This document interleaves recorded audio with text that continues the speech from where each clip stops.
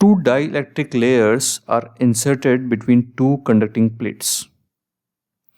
We need to find the capacitance and the surface charge density sigma dash of the bound charges on the boundary plane. So whatever charge is accumulated on this boundary plane, that we need to find. First, capacitance. So these two we can consider two capacitors in series.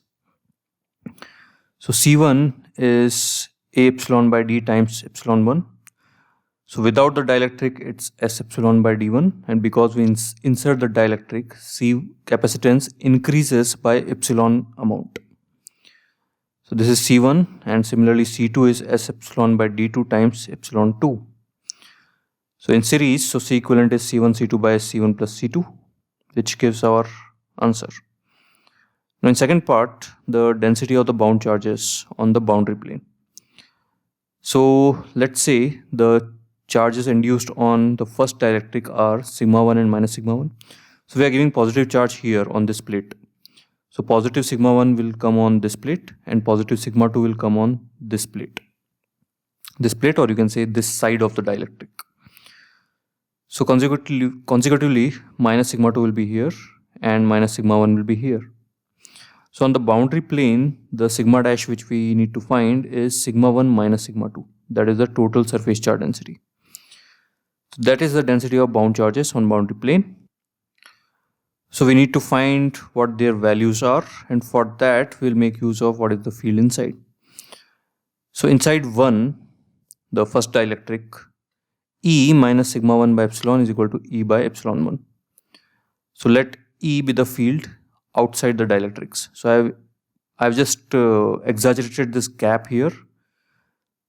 So the field in this gap will be whatever that field is. So here the field will be that by epsilon 1, and here the field will be that E by epsilon 2. So this E minus sigma 1 by epsilon naught is equal to E by epsilon 1. So this is the field because of the bound charges, which will oppose the external field. So external field is E.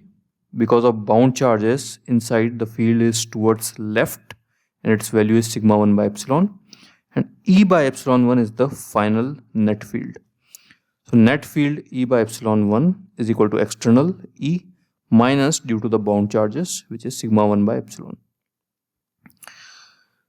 So for the second dielectric, E minus sigma 2 by epsilon is equal to E by epsilon 2. So we need sigma 1 minus sigma 2, we'll subtract that and we will get it in terms of E. So how do we know E? That we'll write in terms of Q. So we have given some plus Q charge, let's say, then the electric field is Q by S epsilon naught, which is equal to C equivalent into V by S epsilon naught. So we are putting the value of Q as C equivalent into V. So we have to get the answer in terms of V, so that's why we are introducing V here. So we'll put the value of E as C equivalent V by S epsilon naught, and most of the things will get cancelled, and we'll get our answer sigma 1 minus sigma 2 is this.